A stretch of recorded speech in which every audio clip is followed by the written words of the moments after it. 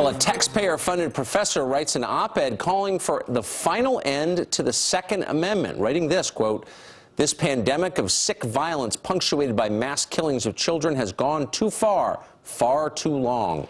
It's long past time to repeal the stupid Second Amendment." Well, the professor claiming the amendment itself leads to killings, but is that even close to true? Radio talk show host Dr. Gina Loudon joins us now on that topic.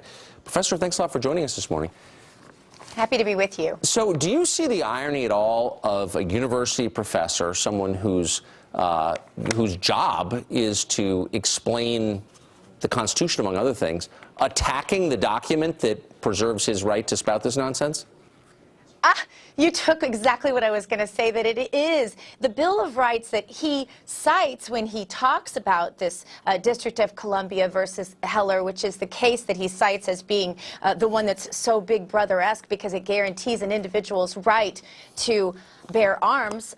He says this is Big Brother. His reference to that, to the Bill of Rights, is precisely what gives him the right to spew his absurdities. And so you would think he would have some appreciation for the Second Amendment if he wants to continue his job using the First Amendment, which he appears to be enjoying quite well.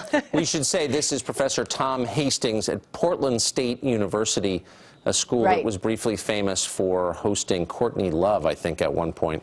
There you go. Yeah, there you go. So this idea, it has almost no support from the American public.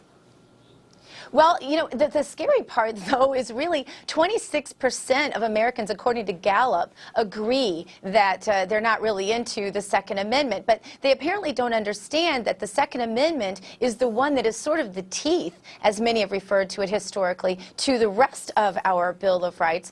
So that if the Second Amendment is gone, then there's no real way to guarantee that the rest of the amendments in the Bill of Rights are in place. So that's what's scary about what this Professor Hastings is teaching his students. So the point of the Second Amendment, as you just alluded, is to make certain that, you know, those in power don't crush those who aren't in power.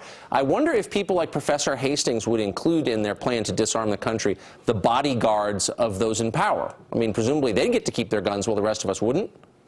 Right, and the other thing that they never ever talk about that frustrates me so badly is they never say, how are we going to get the guns from the criminals exactly? Because if you disarm the law-abiding citizens who go out and get their CCWs and do everything by the book, you take the guns away from those people, the only people left with them are the criminals, and they're not just going to readily hand them over. So what you have is absolute chaos in the streets, dead innocents, and all the rest. So they never want to account for that part. That's the question that if you ask them that in person, they always kind of glaze over. And the rest of the country would look like Chicago.